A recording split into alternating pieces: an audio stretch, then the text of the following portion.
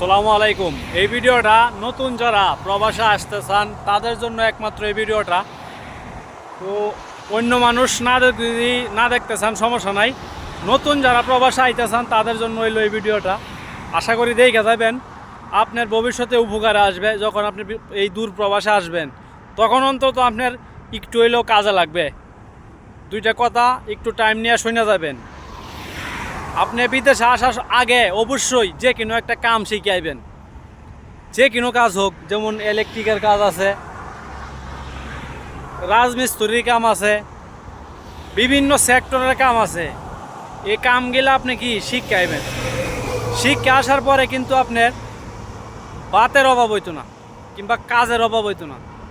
আর যখন কি আপনি কাজ কাম না শিখে আইবেন এই দূর প্রবাসে, তখন এই পুরান মানুষগুলা যা আছে, পুরান মানুষগুলো মনে করেন আপনার সাথে বাঁকা চোখে কথা কইব।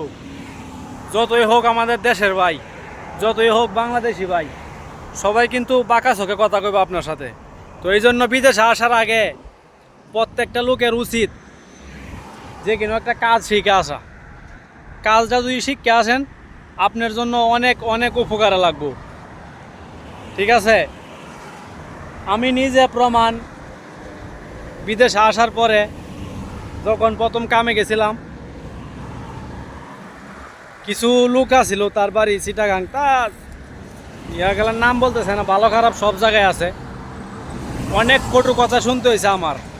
ঠিক আছে, কিংবা আপনি যে কোনো কামে যদি এখন যান, এখন যদি এই কামের মধ্যে যদি যান যে কোনো কাজে, যদি আপনি কাজ না জানেন তাহলে কিন্তু আপনার সবাই কথা শোনাইব। আর যদি আপনি কাজ জানেন তাহলে আপনি মুখের উপরে কি ওই কথার জবাব দিতে পারবেন। আর যখন কি আপনি কাজ জানবেন না, তখন কে ওরা যেমনি বলবো তখন আপনি তেমনি করতে হইব। যে কাজ না জানে, একটা কথা মনে রাখবেন, যে কাজ না জানে ওর সবসময় কাজ বেশি করা লাগে। আর যে কাজ জানে সে কিন্তু উস্তাদ। আর উস্তাদের কাম জানেননি, উস্তাদের কাম হইল অর্ডার দেওয়া। উস্তাদের কাম কি অর্ডার দেওয়া। যে কাম শিক্ষাইব তার মনে করেন 100%-এর কষ্ট কমিয়া 60% আয়া পড়বো, 40% কি কষ্ট কমে গেল গা।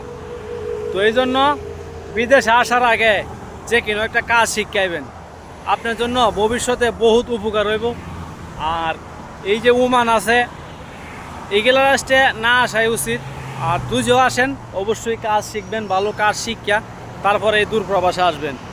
কাজ না শিক্ষা জীবনও প্রবাসে আইবেন না, আপনার জন্য কিন্তু বহুত কষ্টজনক হয়ে যাইব গা। ঠিক আছে, তো এই জন্য ভালো থাকবেন, সকলেই দোয়া করবেন, আমার জন্য দোয়া করবেন সকল প্রবাসীদের জন্য। আল্লাহ তাআলা সবাইকে সুস্থ ও ভালো রাখুক। ঠিক আছে, আর আপনি যাতে সেই যাইবেন না কেন, বুঝা শুনে যে রাষ্ট্রে যাইয়েন, যে জায়গায় যান ভালো দালালে টাকা পয়সা দিয়েন। ভালো থাকবেন, সুস্থ থাকবেন। আসসালামু আলাইকুম।